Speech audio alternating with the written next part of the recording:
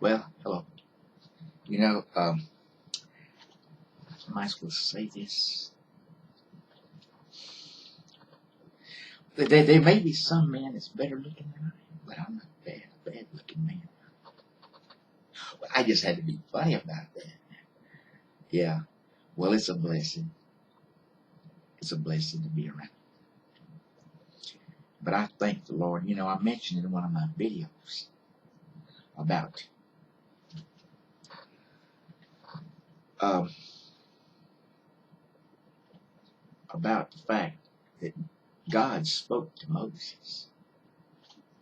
He spoke to Moses in the burning bush. Excuse me. That's good enough. He spoke to Moses in the burning bush. He was out in the desert now. God spoke to Moses in the burning bush. That was the way God spoke to him. Now in the video, I have a video there. You see it on the list. The voice of God. But this is one thing the Lord wanted me to bring up now. It's like the introduction of what we will talk about. The same God that spoke to Moses speaks to me. In a different way now. It's not a burning bush. But God uses dreams. God is continually giving me a dream relating to what we will do. I know what I will do. I know what we will do. I said, I will do. Well, we, which is Jesus and I, work together. And when he returns, we shall abound. We too shall be as one to carry out his purpose. We don't understand it. It hasn't happened before exactly like this. And it never will happen again. This is a door that God himself has put a lock on. No one will go through this door but Joe Martin. Joe Martin, about Joe Martin McDaniel. Joe Martin is the two anointing names. McDaniel is the family tree, the name of the family tree. But Joe Martin, them two names God gave me, Joe Martin. They are anointed by God. Well, we go to the process saying, you know, the people, when Moses came to the people, they didn't exactly believe him. Well, hey, God spoke to you? I said, yeah. Well, look what we've been through with. Look what's happening. Look at, how's God speaking to you? Well, he spoke to me in the desert. He spoke to me. I know God spoke to me. Well, you see, they didn't really see it until it started happening, until Moses started doing what he was doing. Then they thought of it. The Lord said, see, that's the way it is. This, a lot of people may not believe you. They may even hear you speak of it on YouTube, on your videos. And they may still kind of wonder. But it is real. Well, I'm going to be talking now. We're going to be getting to the story that I was going to bring up. This is that we've spoken of just now. Is the introduction. I always put a comment there before we get started many times. It's a book. It's a book that I wrote. It's written. Tree with No Fruit. I wrote this book. And it's good for the children to read, to know of it. Excuse me. Like I said again, I always say this. I always say this. Excuse me. I always use my good morals. Well, anyway, the fact that now we get into the spot. Once upon a time, there was a man named Mr. Freeman. He was rich. He owned a lot of land, different parts of the land, different places. He had apple orchards. He planted apple trees on the different plantations, here and there, and different places. And he would go around and the different sections and check on them. You see, he had a contract with a company to raise apples. And so this was his work. He went to different places and he checked his apple trees wherever he had them set out, whatever part of the ground they were in. Well, he'd got a portion of the ground, another part of the plantation, had the ground treated and fixed. He had servants there. He said, all right, boys, I want you to listen up. We're going to plant apple trees on this on this plantation of ground. And it will be like an apple orchard. Plant apple trees and the ground that I have treated. Then telling them how they will do it. He said they will be planted about 18 feet apart, so they have room to grow. All right. Well, he had one. I understood it to be Mr. Miller. Well, he had become in charge of the others. But getting to the spot, the trucks started rolling in with little apple trees on them. And it all happened. Excuse me. It all happened that they planted them.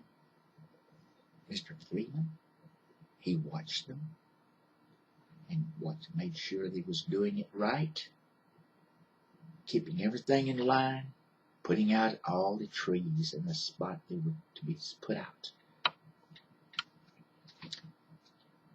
And Mr. Miller, which I said, he had one toward the end of the field. He had different servants had different portions to plant their apple trees in. And Mr. Miller, which was another servant,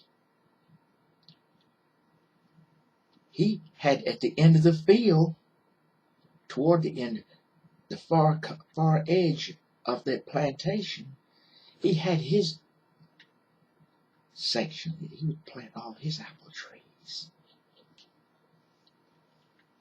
And so they was busy doing it, getting it all planted. Mr. Freeman was around. He wanted to see that everything was put in its place. He stayed around for time. It probably took several days. But he watched them as they were planting their apple trees. Make sure you set it right. 18 feet apart. If one tree was planted a little bit different than 18 feet, sooner or later they would come up, something would happen that would get out of line. Telling them how to do it, making sure they were 18 feet apart. And so it all turned out. Things went well. Mr. Miller on his far side of the field was putting his out until he came to the last one over toward the corner. The last one. He looked at the light and said, man, it's hot out here. It's hot out here. I'm kind of tired. Stopped for a second. Looked up. Mr. Freeman came to see what, and then he gave him the words. Mr. Freeman looked at Mr. Miller. Says, okay, everything looks like it's doing good. Mr. Miller, he says, yeah, I have this one tree left I'm going to plant right here at the corner. All right. Then Mr. Freeman said, Mr. Miller, I'm going to be gone. I'm going on a trip. I'll be going to be gone for a while. Check on some things, do some business. Check on some things and do some business. And I will be gone for a while. So I want you to be in charge. Well, that's what he became, because I suppose that Mr. Miller had been there with Mr. Freeman a lot longer than the other servants. So it was, I'd call it his way of promotion. He was more like what you would call a supervisor. He said, I'm going to be gone for a while, Mr. Miller. That's what Mr. Freeman said. And I'm going to put you in charge. Since you've been with us, I'm going to put you in charge. You know about all this. I've done showed you and told you about a lot of this, how things should be done. You'll be in charge of the rest of them. Try to keep things together as it should be, and I will be back later, but I'll be gone for a while. I said, all right. All right, Mr. Freeman. Sure will. So Mr. Miller, he planted his tree, fixed it, put it in the ground, make it look good. And then later on, might not have been but a couple of months. I don't know exactly what the length of time. It might have been a pretty good time space. He said, in a while, in time, I will be back. He said, I will be back later. That's all we know. Well, the time came. They had their irrigation, I'm sure. Water the trees. He had everything set up, lined up in that plantation.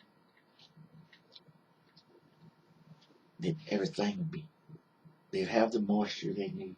They'd have what they needed, the fertility they needed. Everything was going to look good. And then later on, after time passed, Mr. Freeman came back.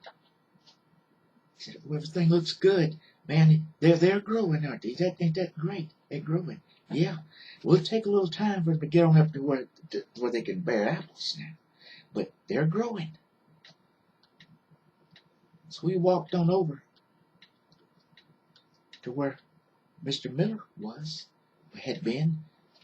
He looked over, he saw the little apple tree that was planted in the corner.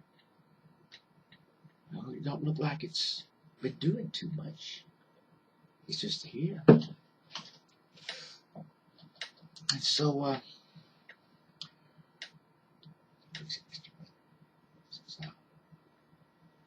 have you been watering, fertilizing this tree? Don't look like it's growing like the others. Yes, sir, said Mr. Miller. Yes, sir. It's been growing. I mean, it's been growing. It has had to fertilize. I've given it fertilize. I've checked it. I made sure it's got the water it needs. And the ground looks good to me. Oh, that's no problem. We just wanted to grow on up like the others. Well, he was there a while. We checked everything out. They talked. We had a good time together, discussing things with the servants. How everything was turning out. What they were doing. And so, finally, as time went on, maybe a couple of weeks, Mr. Freeman said, I'm going back. I'll talk to you all later. I'll be gone for a while. And so, but I will be back. So, Mr. Miller, Yeah, yeah, yeah, yeah, Mr. Freeman. You keep checking out, making sure everything is all right. All right, sure will do. Will do. Okay. Adios. You know what that means? Spanish. Goodbye. I just had to bring that up. You know, sometimes I look to put my points out, you know. Sometimes you have to do that too. You need to clear your throat, especially when you're talking a lot. And you know something? I got a big mouth. I love to talk. I love to say things. And sometimes, you know, the more I talk, the louder I get. That's what many people have said now. Well, it's good, so everybody can hear what I got to say. Well, anyway, getting to the spot, getting back to the story. It's a blessing because Mr. Freeman went on his journey. He was gone. Now, where his direction was, we don't know exactly, but he had business to tend to, I'm sure. Or he left for a good purpose. And so it all turned out that time passed again, time passed, kept on passing. And the time came. The trees, boy, they were getting on up there, man. They were growing, and they were growing. Mr. Freeman came back looking. Man, they're just about ready. It won't be long. They'll be just a little more. Just let them keep growing, and they'll finally get to the spot. They're going to start making apples. Probably they may start making them next year. I don't know. They're getting on up there because you're continually getting them fertilized. They say, yeah. They all agree. Yes, we are. And they're getting them the segregation, the water they need. Yes. That is good. Y'all are doing a good job. I'll have to say that. Giving his employees a compliment. Don't never put your employees down if they're trying the best they can do. And why are you saying that? I'm speaking to the employers. It's over anything. If they're doing all they can do, smile at them. You're doing good. You're doing what you can do. Just keep going. If you ever put them down or say, oh, you ain't good, then you know something, what's going to happen? It's going to get worse. Always give them a compliment when they're doing the best they can do. Now getting back to the story again. Mr. Freeman, give him a compliment. You're doing good. That's good. Then he walked on over to Mr. Miller's side. And he went over and looked at the tree again. This time he was disappointed. That tree is not called Mr. Miller. You know something? That tree ain't doing anything. What's the problem? I don't know. I've done all I can do. Mr. Freeman looked at him. Excuse me. Yeah, Mr. Freeman looked at him and said, Mr. Miller, go get your shovel. This tree is not doing its job. Look at the other trees and hear this thing. It ain't doing nothing. Dig it up. We don't need it. It's taking up space. Mr. Miller looked and said, no. Because, no, don't. I don't want to dig it up. No, please, no, don't dig it up. I don't want to dig it up. But see, I've taken so much time with it. And I've taken so much time with it. And to dig it up after all the time I've taken with it? No, don't, please. If you'll just give me a chance, I'll do something. We'll get this thing going good. I'll do more to it. I'll do more. Mr. Freeman looked at him like this, said, Well, okay. You say so. Whatever you have in mind, you think you can make it better.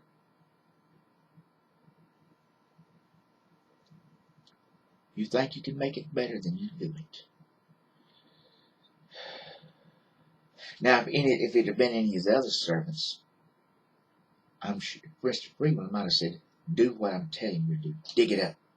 But because it was Mr. Miller, and Mr. Miller was in charge, and he knew Mr. Miller longer than he did a lot of the other servants, he went ahead and agreed with Mr. Miller and said, "All right, okay." And Mr. Miller said, "And I tell you, Mr. Freeman, I tell you what, if it don't do anything this time, then we'll dig it up. This time. But no, but let it." Mr. Freeman says, "All right, if you feel this way, yes, just like you have spoken. Just like you have spoken. All right, there's no problem. But it better be growing up when I get back. Or else dig that thing up." All right. So it all happened that he went. Boy, I tell you, Mr. Freeman must have had a mighty lot of. You see, every time he went to different plantations, he might go to plantation A this time, plantation B next time, and plantation C next time. Different plantations. Every time he took a trip, he would go to one of the plantations. And of course, he would make turns, I'm sure, keeping a check on things. And I'm sure he had servants there too. I just say, this plantation was plantation D, right? I don't know. But at different plantations, it could be 1, 2, and 3. It could be A, B, C, and D. We don't know. But anyway, he must have had a lot of stretch for apples. Must have been a big company. You don't know exactly right now what company it would be. I have no name for it. I don't know what company it would have been.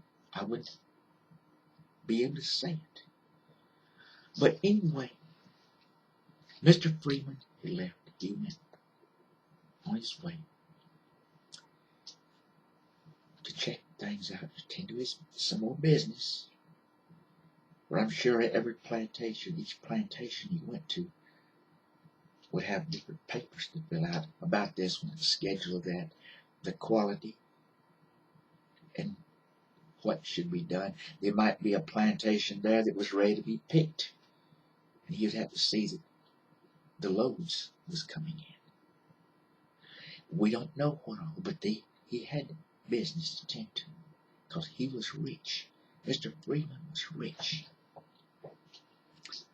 Now, a lot of this is being spoken that is not in the book, because we can express points that we didn't express then. But anyway, it all took place. Time went on. Mr. Miller says, "Man, I got to do something. All of a sudden, it popped in his head. I know what I'll do. And I believe that this will work." He took that little apple tree.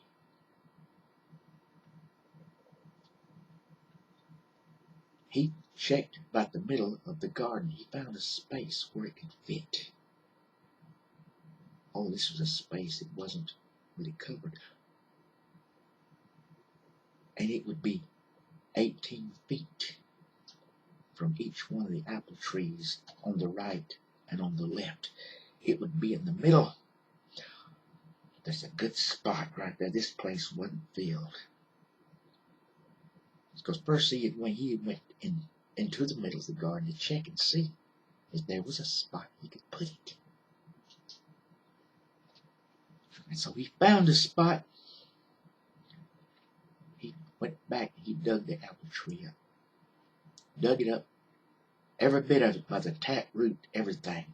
You always make sure you better get the tap root if you want to do anything. He got it all. He took it, he set right down there in the middle. Right down there in the middle.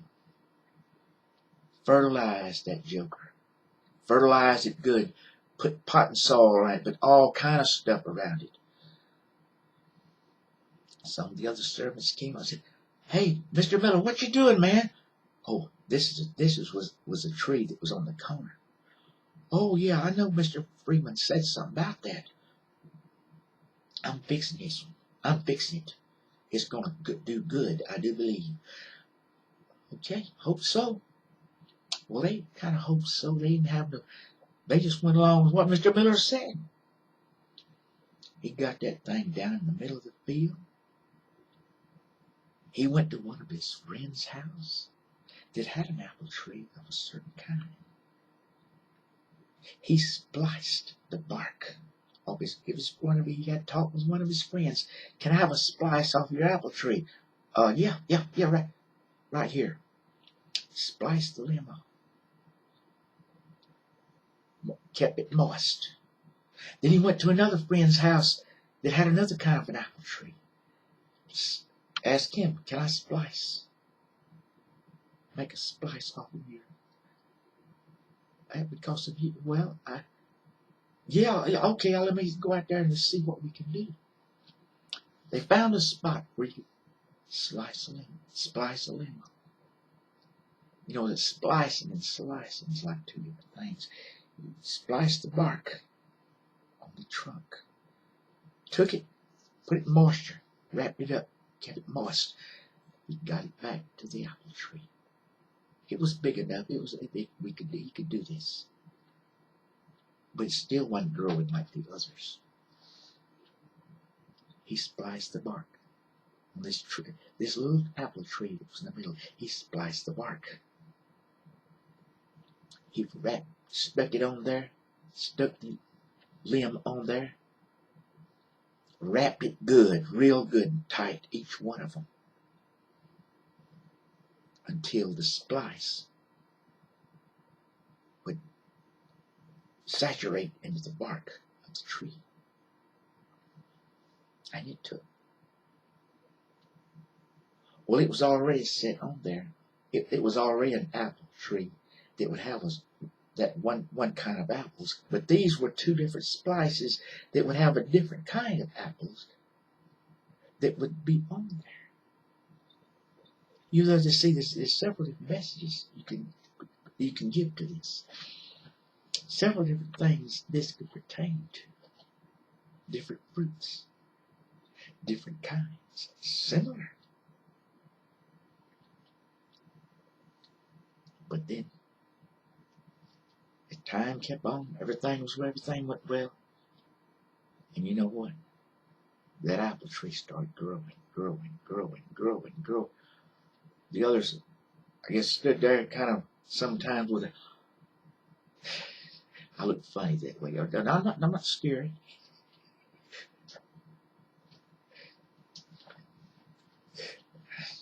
Well, anyway, the fact was that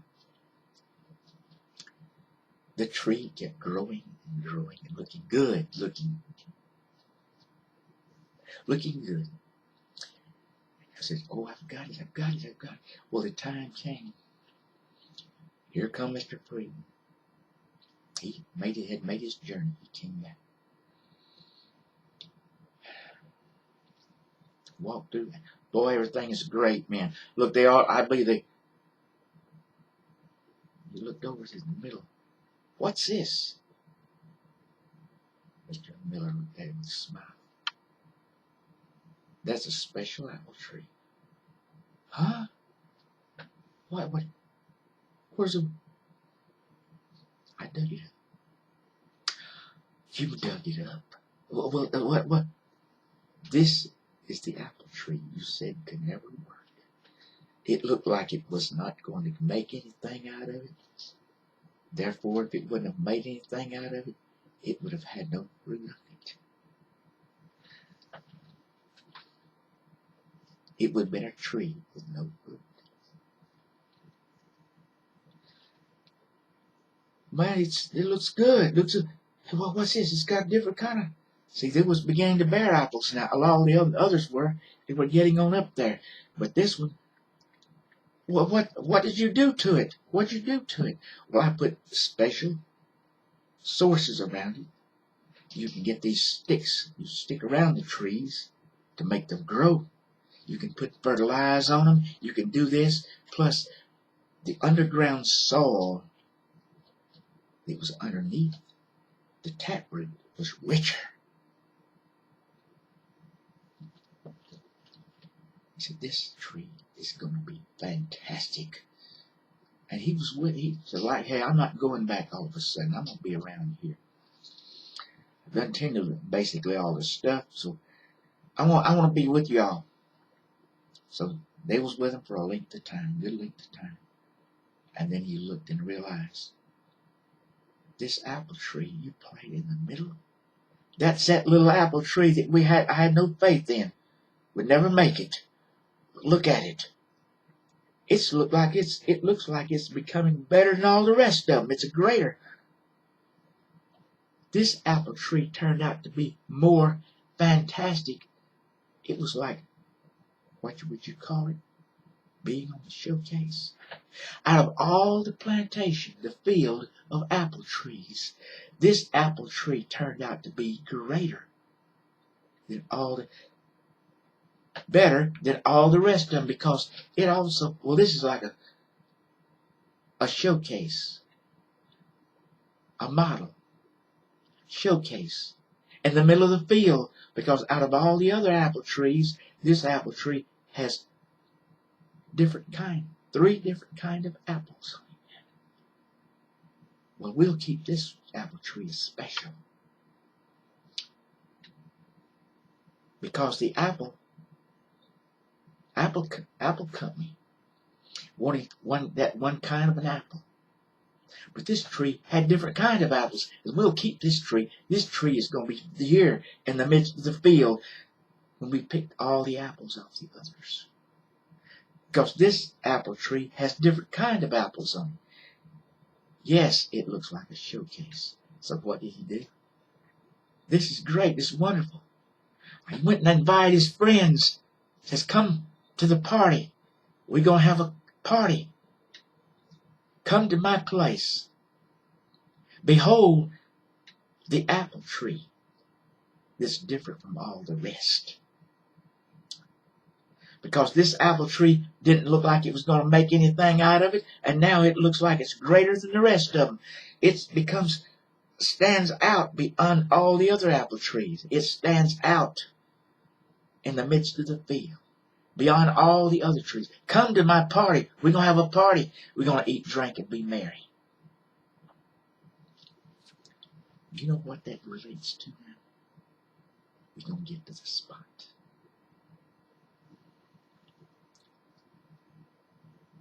This apple tree, the field of apples, is like the world. We who are believers in God should be like the apple tree in the midst of it. We should stand out beyond all others. We should let our light shine for Jesus. We all should be like the apple tree in the middle of the garden. We should be different from all the rest of the trees. And that's what God would want us to be. We're not to be like the world. The other apple trees, the plantation, is like the field, is like the world. Everybody has apples. But is Jesus in their life? Is God by their side? Are they letting their light shine? The ones that's out there, no, they're not.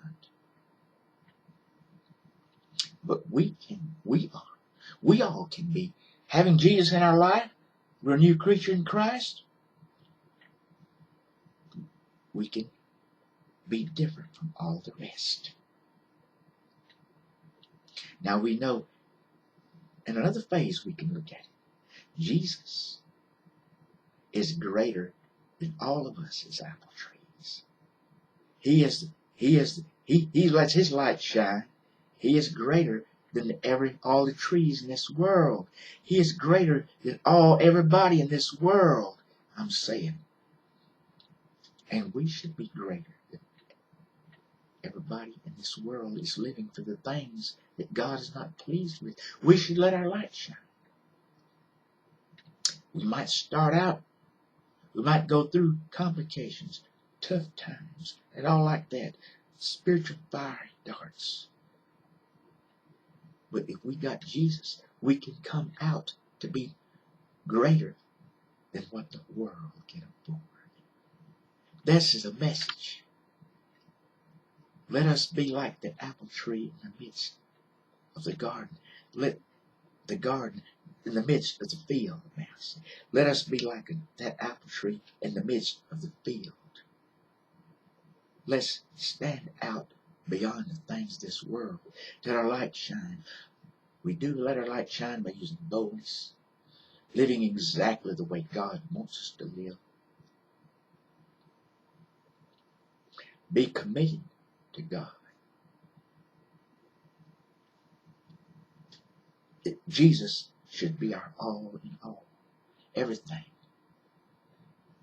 To live, seek His face, ask to be led by His Spirit. Keep our eyes on Him. Just like my shirt said. What does it say?